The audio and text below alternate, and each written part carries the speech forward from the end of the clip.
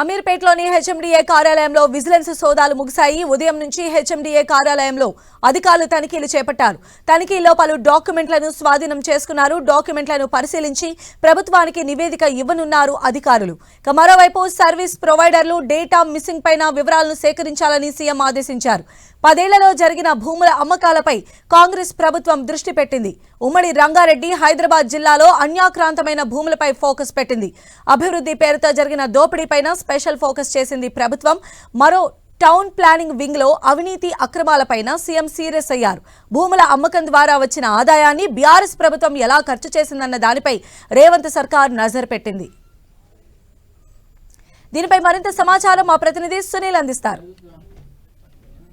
Hyderabad metro development authority కార్యాలయంలో ఈరోజు ఏకకాలంలో విజిలెన్స్ అధికారులు సోదాలు చేశారు. గతంలో ప్రభుత్వంలో హెచ్ఎండిఏలో జరిగినటువంటి అవకతవకలకు సంబంధించిన దానిపై ఇప్పటికే ముఖ్యమంత్రి రేవంత్ రెడ్డి అధికారులకు దిశానిర్దేశం చేసిన నేపథ్యంలో ఈరోజు విజిలెన్స్ అధికారులు పెద్ద ఎత్తున అటు నానక్రామ్గూడ్లో ఉన్నటువంటి హెచ్ఎండిఏ కార్యాలయంతో పాటు మనం చూస్తున్నటువంటి హైదరాబాద్ అమీర్పేటలో ఉన్నటువంటి స్వర్ణ జయంతి బిల్డింగ్లో ఉన్నటువంటి హెచ్ఎండిఏ ప్రధాన కార్యాలయంలో కూడా ఈరోజు విజిలెన్స్ అధికారులు సోదాలు చేసి కొన్ని కీలక పత్రాలను కూడా స్వాధీనం చేసుకుంది. గత 9 ఏళ్లుగా హెచ్ఎండిఏ ఎక్కడెక్కడ లేఅవుట్స్కి అప్రూవల్ ఇచ్చింది, అదేవిధంగా ఎక్కడెక్కడ వేలం పాటలు వేసింది.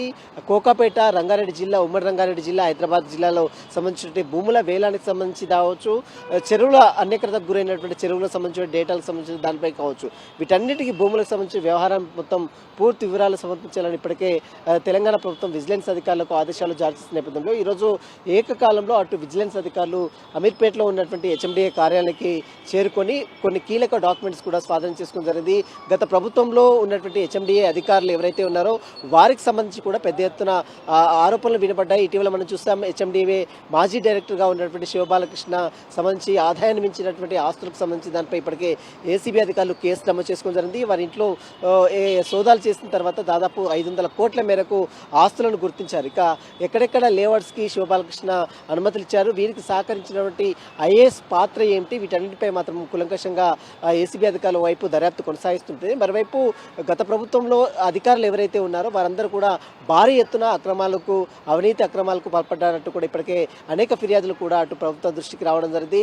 ఈ నేపథ్యంలోనే ప్రభుత్వం విజిలెన్స్ ఎంక్వైరీకి ఆదేశాలు జారీ చేసింది. ఈ నేపథ్యంలో ఈరోజు ఉదయం ఏకకాలంలో హెచ్ఎండిఏ కార్యాలయంలో విజిలెన్స్ అధికారులు సోదాలు చేసి డాక్యుమెంట్స్, కీలక డాక్యుమెంట్స్, కోకాపేట వేలానికి సంబంధించిన భూములకు సంబంధించిన వివరాలు కావచ్చు, అదేవిధంగా గతంలో ప్రభుత్వం ఇచ్చినటువంటి కొన్ని భూముల వేలాలు, అనుమతులు, వీటన్నిటిపై మాత్రం ఫైల్స్ అన్నిటి కూడా స్వాధీనం చేసుకుని పూర్తిగా వెరిఫై చేసిన తర్వాత ఒకవేళ వారి యొక్క ప్రమేయం ఉంటే మాత్రం ప్రభుత్వం మాత్రం చాలా సీరియస్గా వివరించే అవకాశం ఉంది. ఇప్పటికీ కొంతమంది అధికారుల తీరుపై హెచ్ఎండిలో పనిచేస్తున్నటువంటి అధికారులు వారికి సంబంధించిన దానిపై కూడా ఇప్పటికే ఎంక్వైరీ స్టార్ట్ చేస్తుంది. కాబట్టి ఒకవేళ ఈ ఎంక్వైరీలో ఖచ్చితంగా వారి ప్రమేయం ఉంది, ఖచ్చితంగా వారి ఇన్వాల్వ్మెంట్ ఉందని తెలిసి మాత్రం వారిపై కూడా కఠిన చర్యలు తీసుకునే అవకాశం. ప్రస్తుతం అయితే ఈరోజు ముఖ్యమంత్రి రేవంత్ రెడ్డి హెచ్ఎండిఏ సంబంధించిన దానిపై కావచ్చు, టౌన్ ప్లానింగ్ సంబంధించిన ఇష్యూలు కావచ్చు, వీటన్నిటిపై కూడా ఇప్పటికే రివ్యూ సమావేశం నిర్వహించారు.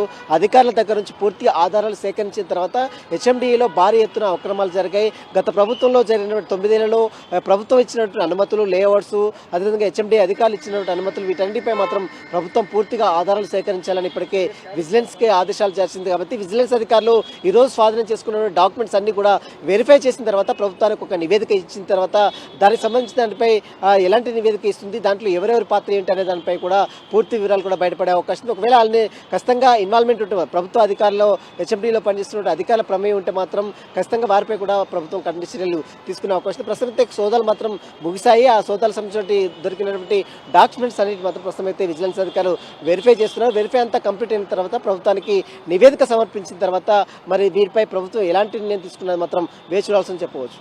వీడియో రాస్తూ సునీల్ టీవీ హెచ్ఎండిఏ నుంచి.